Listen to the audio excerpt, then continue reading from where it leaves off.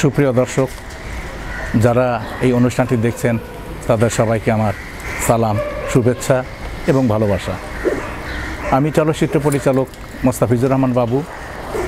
আমার 25টা ছবি মুক্তি পেয়েছে, তার মধ্যে আমি মান্নাকে নিয়ে 3টা ছবি করেছি। আমার জীবনের প্রথম ছবি চিরঋণী, মান্না, শাবনূর, অমিত হাসান। তারপরে করেছি অশান্ত আগুন, তারপরে করেছি বাদশাখানা চাকর। 3টা ছবিতে মান্না অভিনয় করেছে। মান্না এক কথায় বাংলাদেশের একজন সুপারস্টার ছিল। আজ আমি যেখানে বসে কথা বলছি এটা মান্না ডিজিটাল সাউন্ড কমপ্লেক্স, মান্নার নামে হয়েছে। তো আমার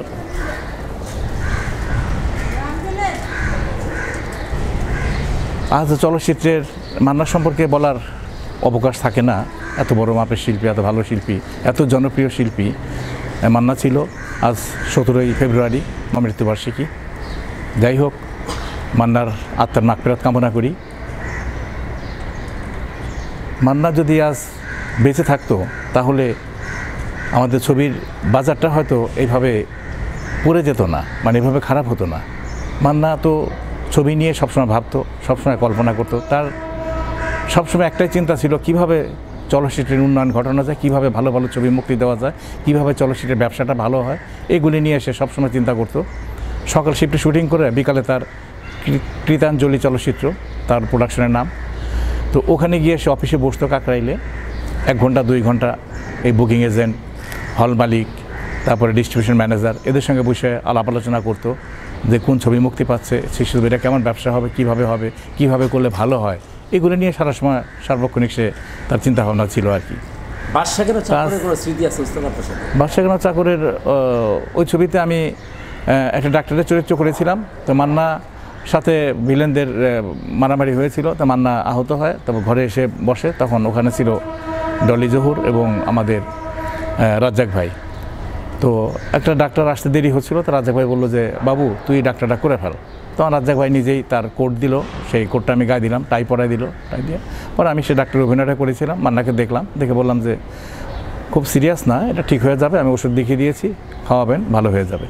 তো এটা মান্নার সাথে আমার আরও অভিনয় হয়েছে। যাই হোক, সেটা বড় কথা না, যেহেতু আমি ডিরেক্টর। মধুর তো এটা অনেক সময় অনেক স্মৃতি তো আছে আর কি। বাদশাখানা চাকরের স্মৃতি আছে। তো ঈদের আগে শুটিং করছিলাম, তো মান্না গরু কিনবে, চলে আসলো, তাড়াতাড়ি দুপুরে শুটিং প্যাক আপ করে দিলাম। তো এগুলি তো আজই অনেক স্মৃতি থাকে। তারপরে চিরঋণী ছবিটা যখন আমি প্রথম ছবি করি, এটা আমার জীবনের প্রথম ছবি ডাইরেক্টর হিসাবে। শাবনূর ছিল, মান্না ছিল, অমিত হাসান ছিল। তো যাই হোক, ওই ছবিতে মান্নার একটা স্যাক্রিফাইস ক্যারেক্টার। হিরো হিসাবে সে শাবনূরকে ভালোবাসে, বাট লাস্টে মারা যায়, শাবনূরের কারণে মারা যায়। অমিত হাসানের সঙ্গে মিল হয় আর কি। তো এইসব ক্যারেক্টার আমাদের বাংলাদেশে এখন অনেক হিরোরাই করতে চায় না, তো মান্না করেছে। তো মান্নার কাছে গল্পটা ভালো লেগেছিল এবং বলেছে বাবা ভাই, আমি যেহেতু মান্নার সাথে, আমি যেহেতু শাবনূরের সঙ্গে ছবি করি নাই, তো এটা আমার প্রথম ছবি হবে, তো আমি শাবনূরের সঙ্গে ছবিটা করব। তো যাই হোক, পরবর্তীতে মান্না ডাবিংয়ে আসছে। আমার তো ব্যাকগ্রাউন্ড মিউজিকের জন্য আমি ছবি রেডি করে যখন আমি হলে দেখছি ছবিটা, তখন আমার ব্যাকগ্রাউন্ড মিউজিক ছিল না। তো মান্না বললো যে বাবা ভাই আপনি কী করেন? আমি ভাই আমি ছবি দেখতেছি চিরঋণী। আরে কী বলেন? তো আমাকে বললেন না। ভাই এটা ছবিটা তো আসলে পরিপূর্ণ ব্যাকগ্রাউন্ড মিউজিক রেকর্ডিং কিছুই হয় নাই, এটা ওই আমাদের আলাউদ্দিন আলী সাহেব মিউজিক ডাইরেক্টর, উনি দেখবেন ছবিটা, এই কারণে দেখা। আমি দেখি, আমাদের আসেন, একটা রিল দেখার পর 2টা রিল দেখার পরে তার ডাবিংয়ে যায় না সে। আমার 1টা পর্যন্ত বসে, সে সকাল 10টা থেকে আমার পুরো ছবিটা সে দেখে বললো যে বাবু ভাই আপনি এত ভালো ছবি বানিয়েছেন, প্রথম ছবি। তো যাই হোক, মান্নাকে নিয়ে ছবিটা করেছি। ছবিটা আমার সুপার হিট হয়েছে, বাম্পার হিট হয়েছে, দর্শক নন্দিত হয়েছে, দর্শকরা দেখেছে ছবিটা খুব ভালো, হল মালিকরাও বলেছে অনেক ভালো। এই আর কি। মান্নার সঙ্গে 2টা ছবি সুপার হিট, মান্নাকে নিয়ে 3টা ছবি করে 3টা ছবি আমার সুপার হিট হয়েছে আর কি। তো যাই হোক, তো মান্নার সম্পর্কে বলার কিছুই নেই। আমি শুধু একটাই বলবো যে মান্নার আত্মার মাগফিরাত কামনা করি, আল্লাহ যাতে তাকে বেহেশতে নসিব করে। তো এই মান্নার সম্পর্কে বলার মানে কইলাম না, সে যদি আজ জীবিত থাকতো তাহলে হয়তো চলচ্চিত্রের এই দুরবস্থা হতো না, বা সিনেমা হলও থাকতো, ছবিও হইতো। তো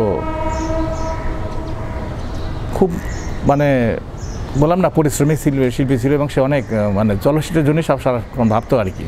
তো যার জন্যে তার তো এটা এরকম শিল্পী তো খুব কম পাওয়া যায় আর কি, যে কেউ আছে এখন কোনো হিরো যে ছবিটা করবে। মান্না তো অনেক সময় অনেক ছবি 6 লাখ 7 লাখ টাকা পারিশ্রমিক নিত, অনেক সময় কানে কানে বললে সে বাকিতেও করে দিত ছবি, যে ঠিক আছে যান 3 লাখ 4 লাখ যা পারেন দিয়েন, বাকিটা পরে নিজের পরে দিয়েন, তবু ছবি করেন, মানে ছবি হোক এটা চাইতো। এখনকার শিল্পীরা তো এগুলি কেউ চিন্তা করে না, তারা সবাই চিন্তা করে কে 10 লাখ নেবে, কে 15 লাখ নেবে, কে 20 লাখ নেবে।